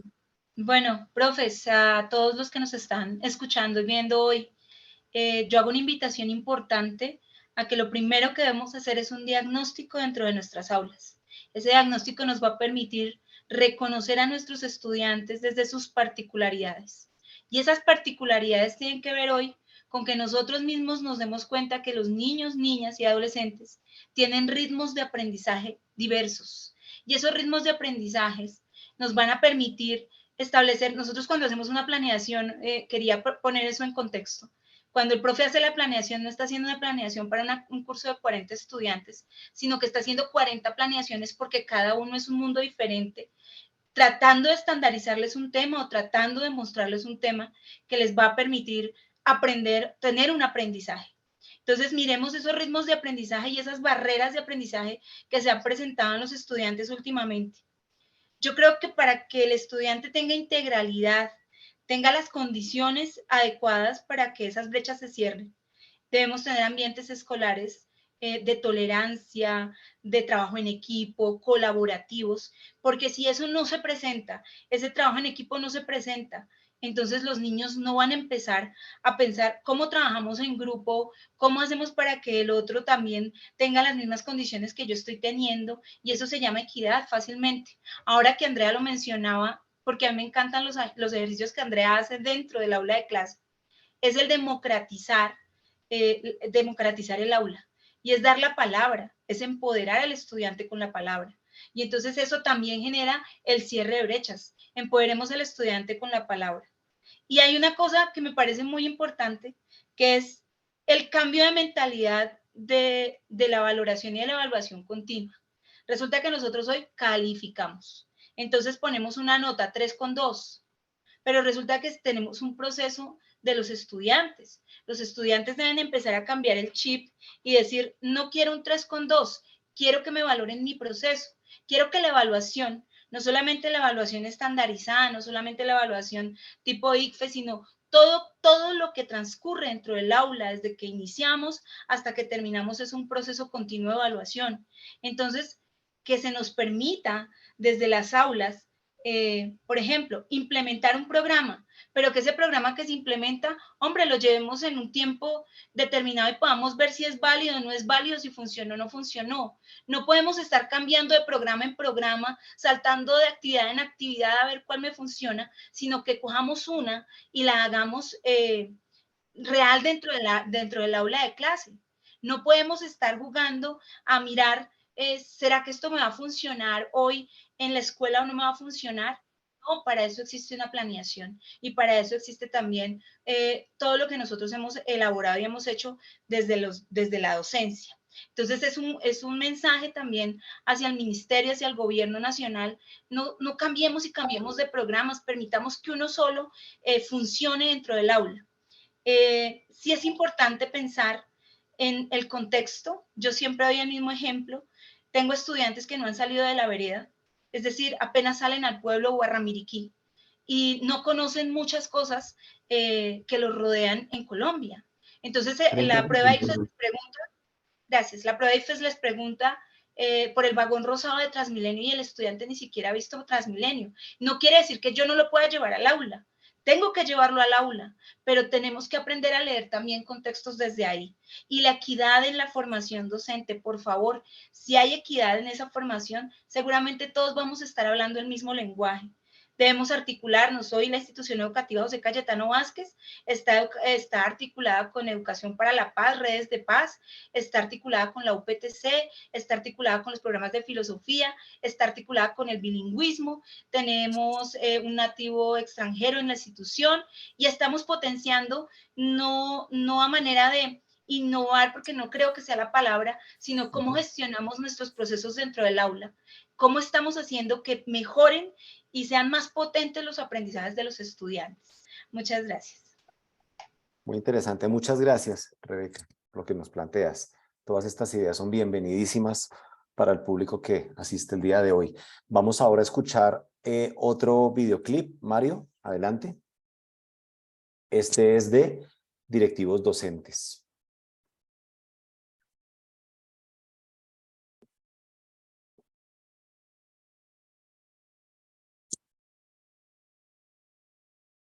Técnico Comercial Sagrado Corazón de Jesús de Chiquinquirá, la estrategia Evaluar para Avanzar nos ha convocado a la reflexión desde el interior de cada una de las instituciones. Nos ha mostrado caminos y procesos que debemos seguir para poder tener resultados y de pronto ir cerrando esa brecha académica que existe en los aprendizajes de los estudiantes. Nos ha mostrado unas tareas específicas para hacer un acompañamiento muy claro y motivante a nuestros maestros y sobre todo hacer un plan de fortalecimiento académico y pedagógico con una ruta de implementación donde se involucren todos los actores educativos. Esa cultura de la evaluación formativa es pertinente para lograr todos estos procesos educativos y poder cumplir con la implementación de unas estrategias pedagógicas, académicas efectivas para lograr los resultados esperados.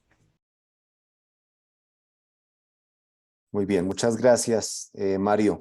Me faltó decir algo importante y es que estos videoclips los hicimos, más bien, los invitamos a elaborar sobre la base de la pregunta cómo fomentar una cultura de la evaluación para el mejoramiento desde los diferentes roles que estas personas que ustedes ven hablando allí tienen, ¿cierto? Docentes, directivos, docentes o técnicos de secretarías de educación. ¿Cómo fomentar esa cultura? Esa fue como la idea o el leitmotiv de cada uno de estos videoclips. Vamos a dar lugar ahora a Denise, que va a hacer una síntesis en 5 minutos o menos de las respuestas, digamos, más digamos, relevantes desde el punto de vista de ella. Por supuesto, las estamos guardando en la memoria y nos parece muy importante darle la voz a ustedes. Adelante, Denise. Gracias, Gary. Bueno, Miriam Cecilia Ariza dice que es reconfortante que el Ministerio de Educación Nacional esté hablando el mismo lenguaje y sentir la realidad que se vive en las aulas y también las dificultades en las prácticas pedagógicas en época de post-pandemia. Efectivamente, pues las brechas a nivel socioemocional, como todos y todas ustedes ya lo han mencionado, han hecho, digamos, que se generen acciones, por ejemplo, como espacios para tratar esas habilidades socioemocionales, capacitar mejor a los estudiantes y también en relación al proceso lector. Ella dice, gracias por estos espacios de reflexión y de capacitación. También tengo la intervención de Carol Garibello, docente de la Institución Educativa General Santander.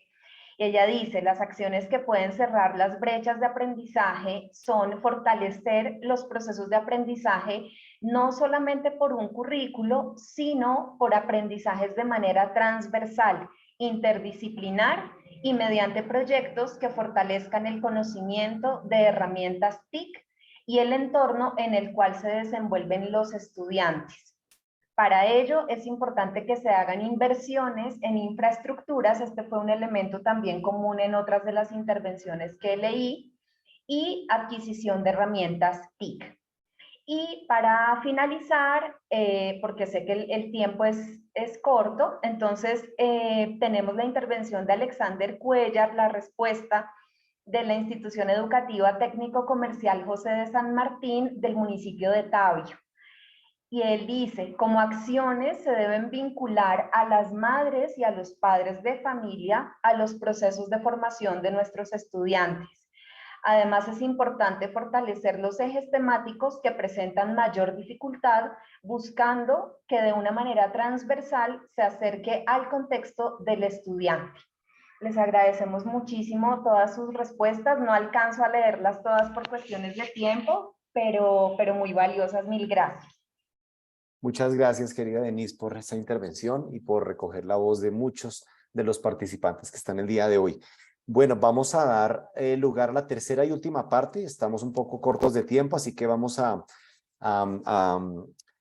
cerrar con una última pregunta que tiene que ver con algo que mencionaba uno de los panelistas en la sección anterior, y es cómo le damos seguimiento, monitoreo, continuidad a estos planes y rutas, ¿cierto? En últimas, esta pregunta por cómo saber en un futuro si las acciones propuestas están funcionando tiene que ver un poco con esta construcción de los sistemas de monitoreo, de seguimiento, y esto asegura un poco la calidad del proceso que se realiza. Entonces vamos a dar pistas para que todos los participantes puedan tomar nota, inspirarse y terminar de afinar sus planes y rutas para el acompañamiento y el mejoramiento. Entonces le voy a dar la palabra. Ahora sí empezamos nuevamente como en la última sección con Rebeca. Adelante, Rebeca, vamos a dar 2 minutos y medio, vamos a cortar un poquito la intervención, pero estamos seguros que podemos dar luces en este corto tiempo. Adelante, Rebeca.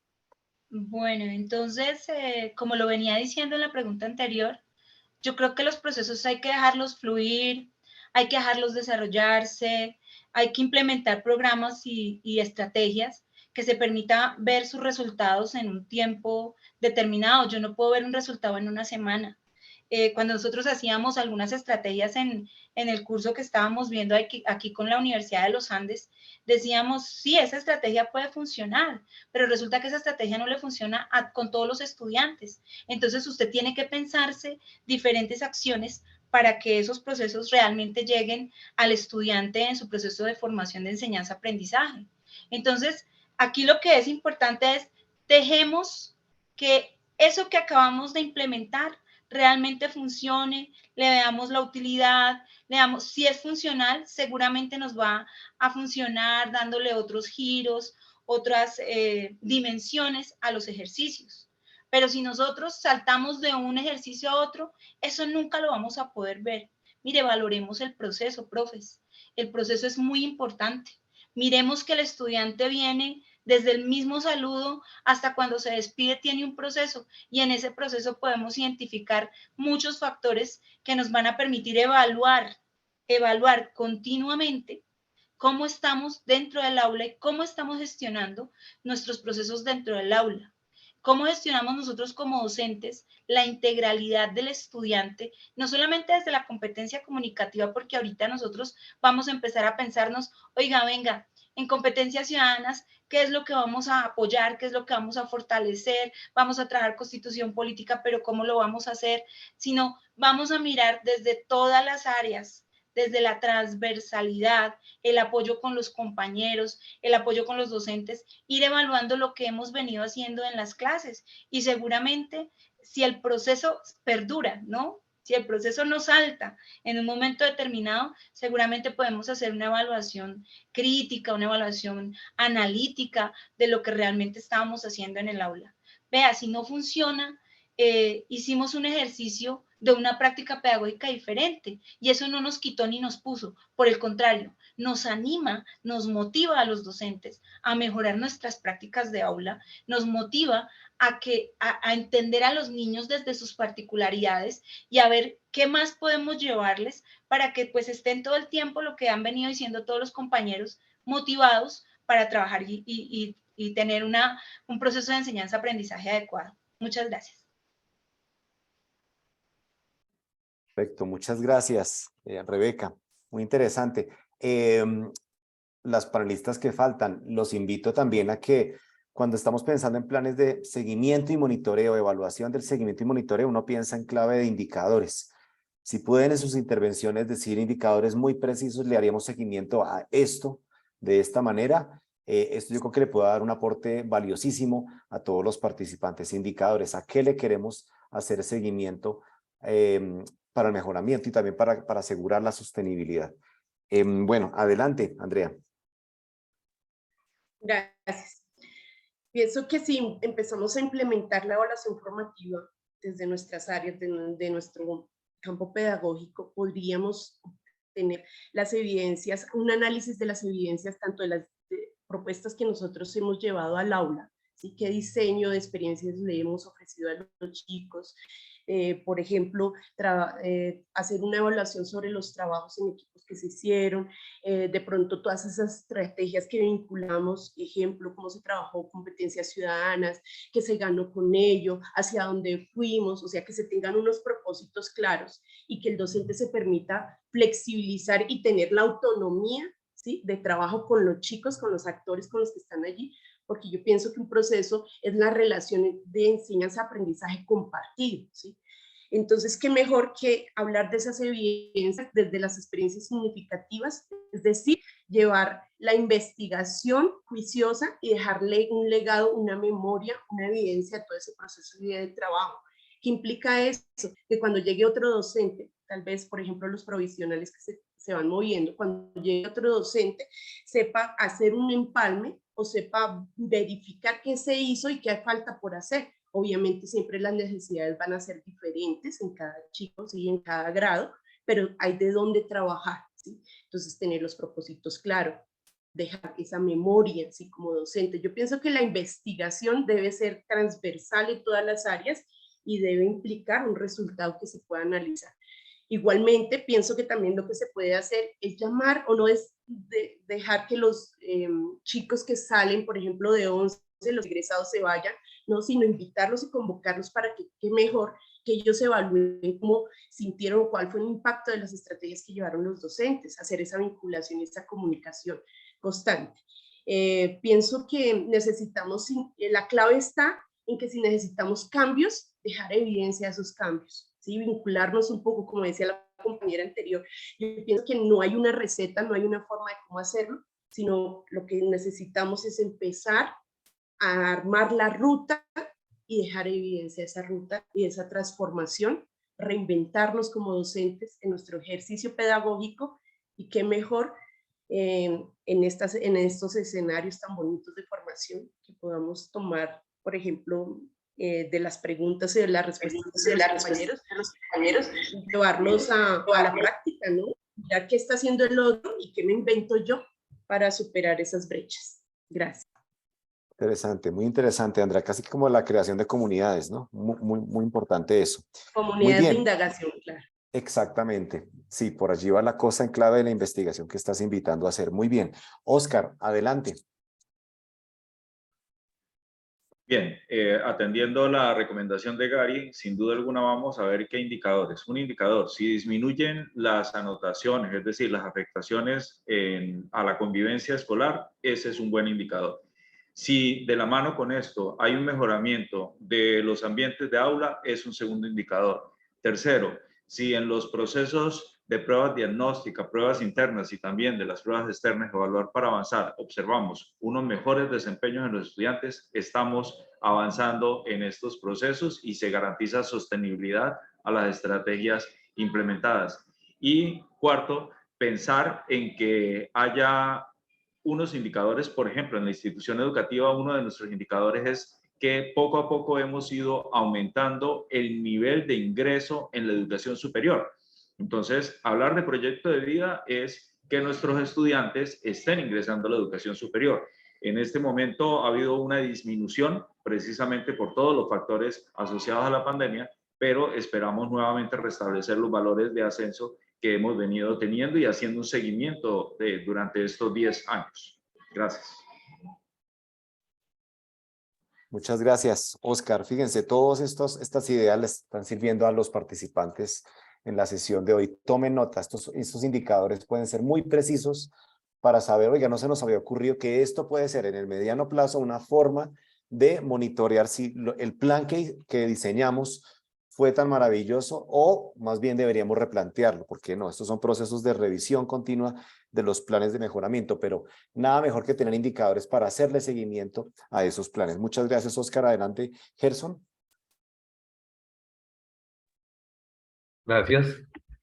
Bien, usted lo indicaba ahorita, Gary, es muy importante que en ese plan de mejoramiento, en esa ruta de mejoramiento, estén planteados no solamente las estrategias que se van a aplicar, sino muy claro quiénes son los que van a ser responsables de la aplicación de esa estrategia y a qué tiempo específico se esperan comenzar a tener resultados, o por lo menos se desea hacer un proceso de evaluación formativa de la estrategia como tal, a ver si se continúa o se hace remodelaciones de ellas. Es importante que pues la idea tenga esos indicativos concretos en forma generalizada, me estoy hablando aquí, porque pues podemos tener muchos planes diferentes. Importante, estrategias como la que estamos teniendo en este momento de estos cursos de evaluar para avanzar, porque aprende uno y observa uno las diferentes acciones y estrategias que están aplicando en otras instituciones, no solamente de la ciudad, del municipio, sino a nivel nacional, que puede llegar uno a traer para aplicar en la institución que uno tiene. Todas estas cosas son importantes tener en cuenta, pero indiscutiblemente hay que tener responsables en el plan de acción y fechas específicas de evaluación que nos lleven a ese proceso de evaluación formativa. Perfecto, muchas gracias. Muchas gracias, Gerson. En efecto, responsables y tiempos deben quedar súper especificados, explícitos en los planes y las rutas de acompañamiento. Muchas gracias, en efecto. Bueno, Marta Ligia.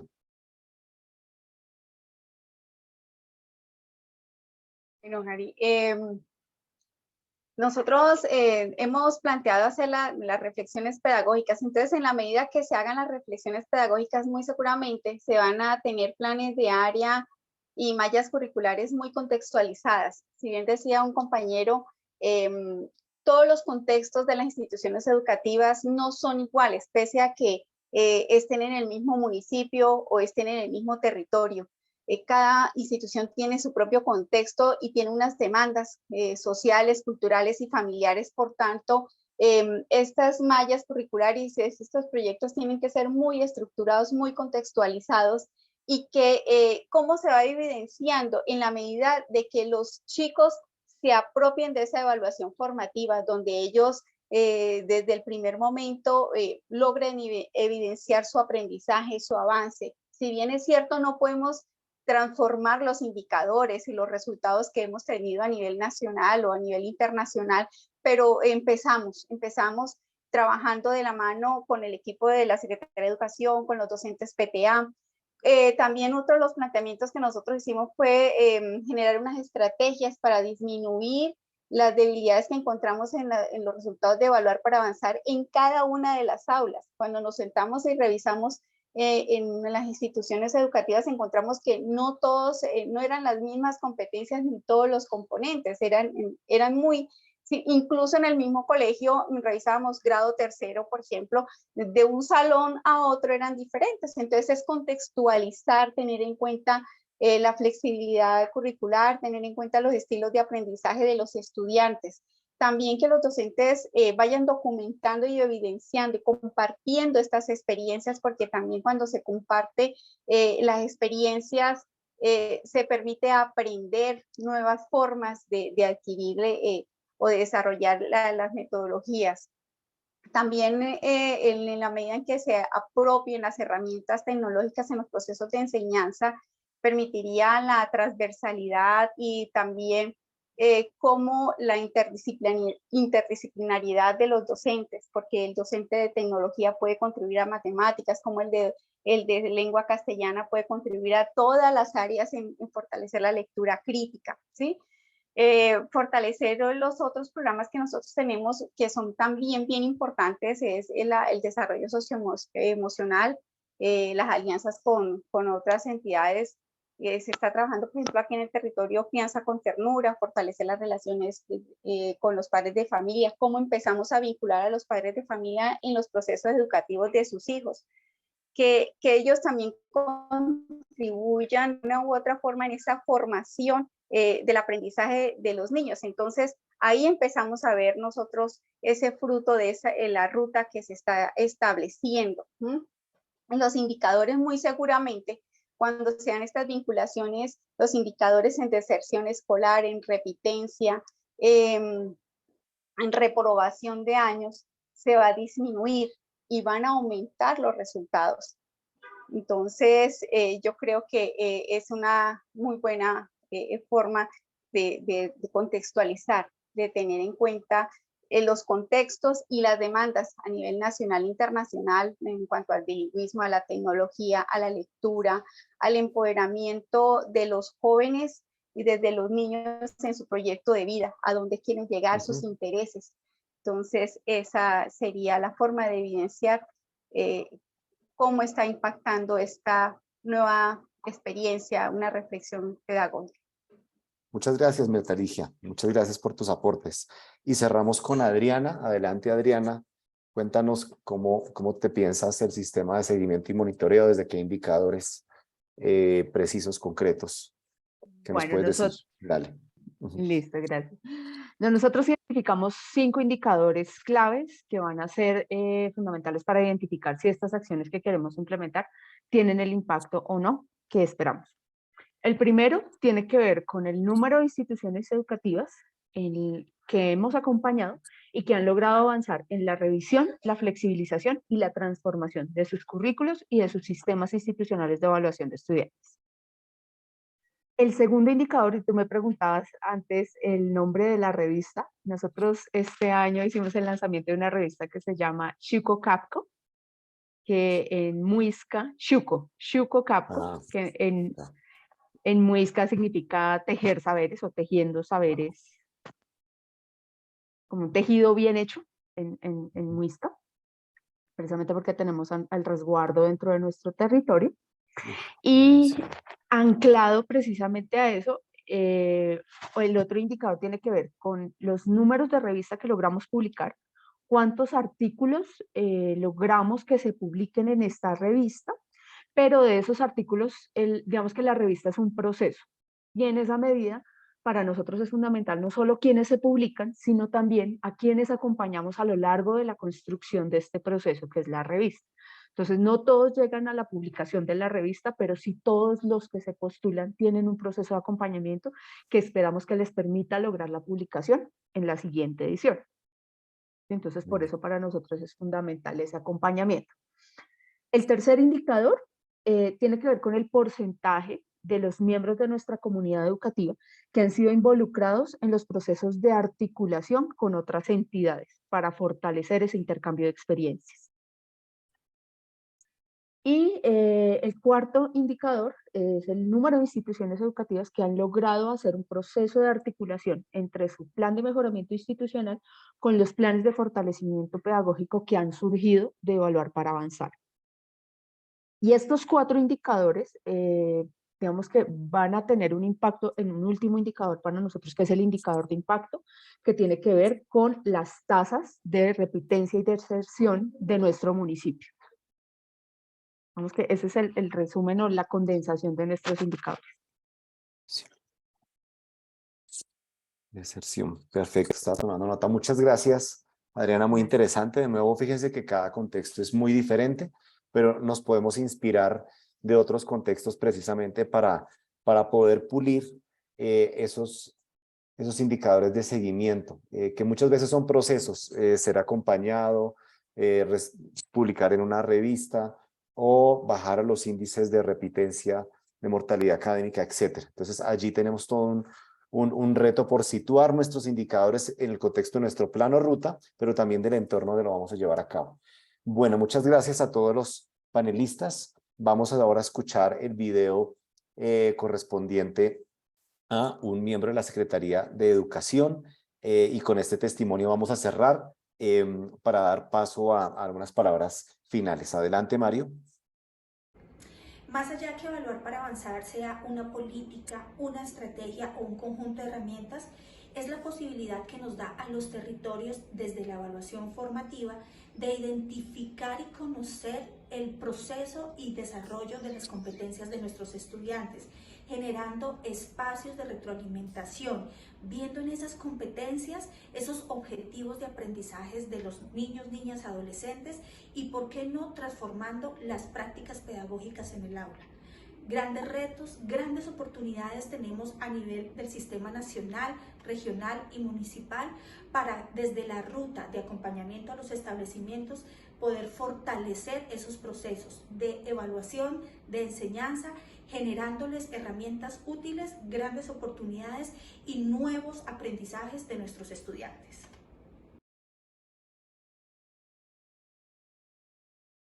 Buenísimo, muy bien. Entonces ahora, luego de haber escuchado este testimonio, vamos a escuchar a Catherine, la asesora que tiene a su cargo la línea 3.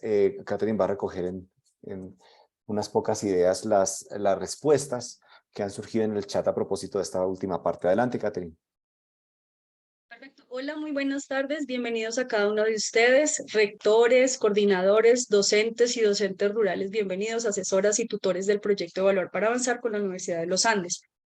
Bien, esta última pregunta es bastante interesante y tal vez nos genera a todos esa pregunta que nos motiva a saber de qué manera realizar un seguimiento y un acompañamiento a nuestro propio plan de mejoramiento, a nuestras propias rutas de acompañamiento a estos establecimientos educativos o a nuestros estudiantes o a nuestra institución educativa.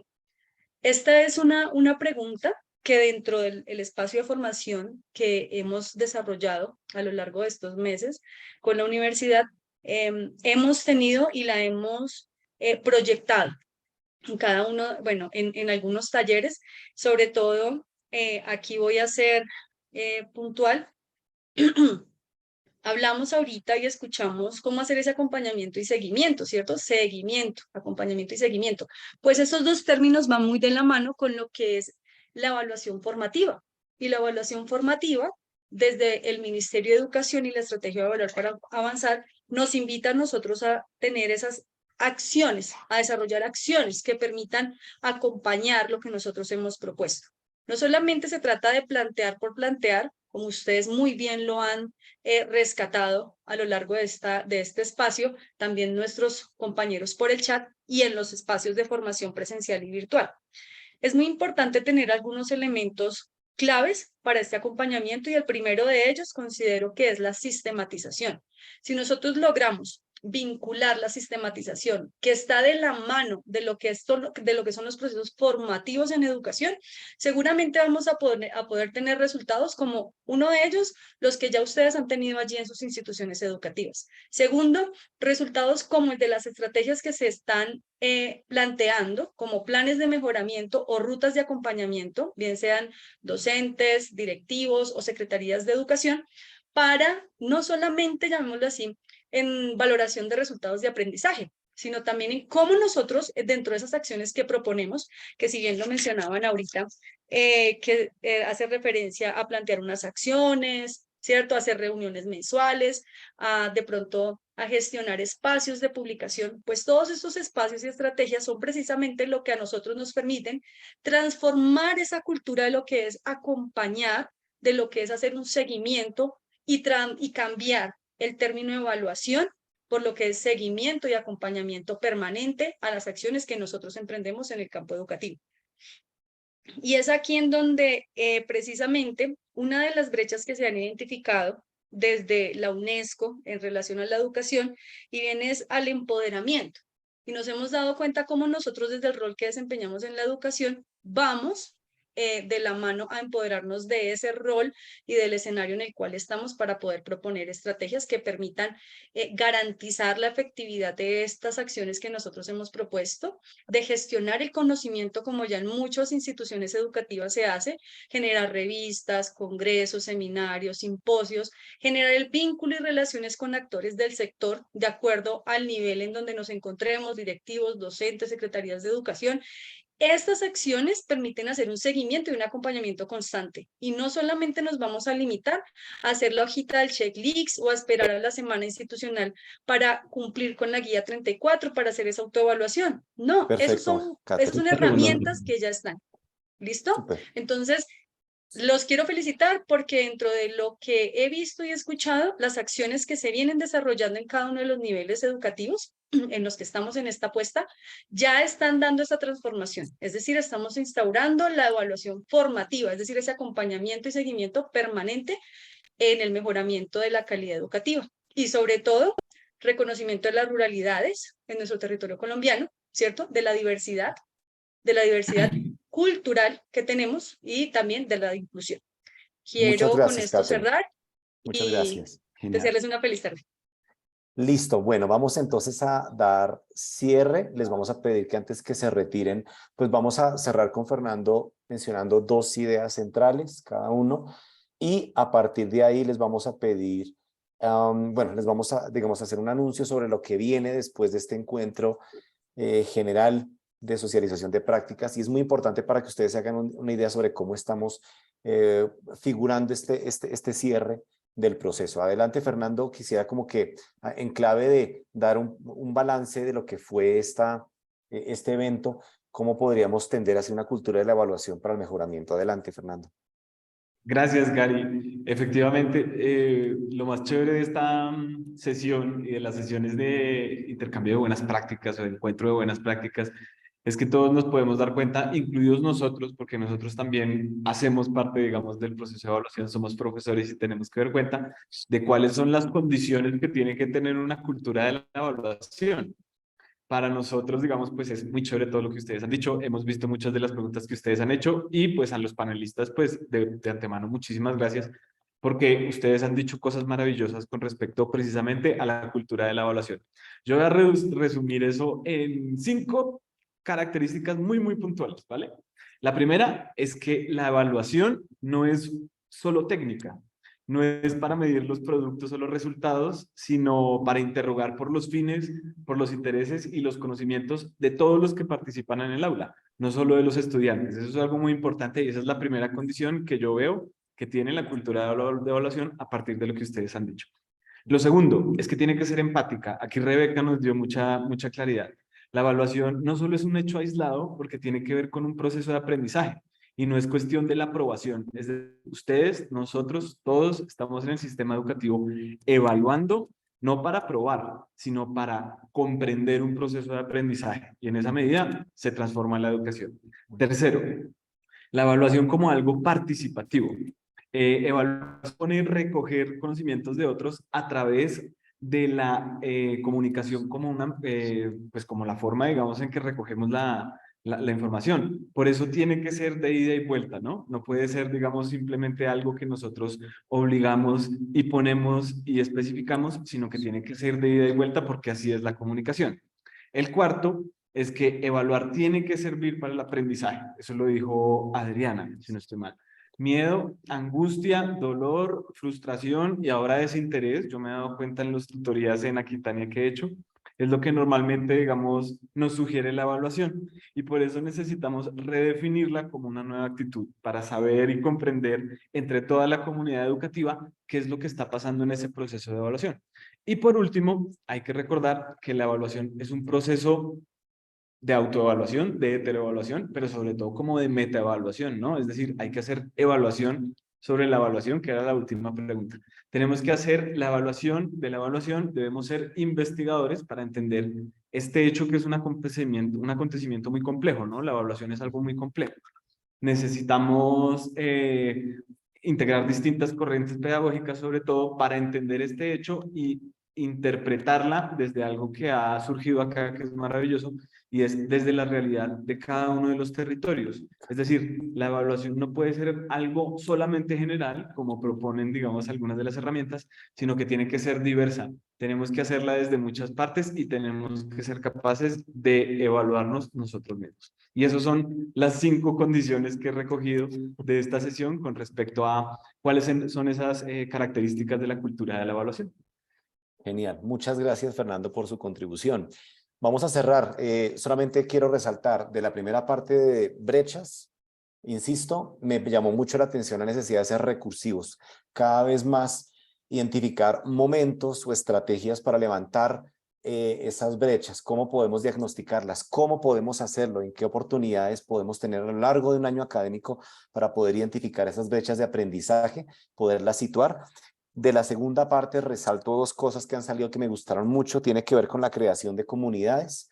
Esto es un trabajo en colectivo, no es el profesor aislado con su problema de su clase, sino es un trabajo que se debe hacer de manera colegiada, compartida, en una cultura de la colaboración. Así que resalto eso junto a la idea de la gestión del conocimiento, documentar, sistematizar, investigar sobre nuestras prácticas. Creo que eso es un tema que sería muy bonito que quedara en los planes de fortalecimiento, en las rutas de acompañamiento.